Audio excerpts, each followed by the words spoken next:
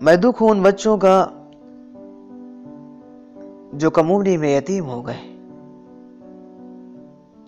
और उनको रिश्तेदारों के ताने सुनने पड़े।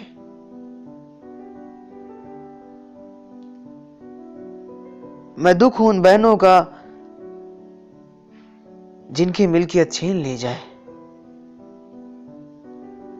और उनके घर से पानी पीना भी हराम समझा जाए। मैं दुख हूं उस औरत का जो बांझ हो और उसे तलाक दे दी जाए।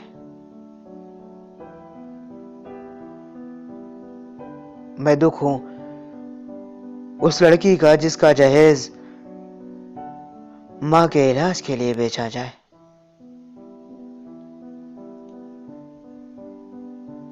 मैं दुख हूं उस लड़की का जो सुहाग रात को बेवा हो जाए। मैं दुख हूं उस शख्स का जिसकी मंगेतर शादी से एक रोज कबल किसी और के साथ भाग जाए। मैं दुख हूं उस मुआशरे का जिसमें अपने प्यार को पारसा और बहन के प्यार को हकीर समझा जाए।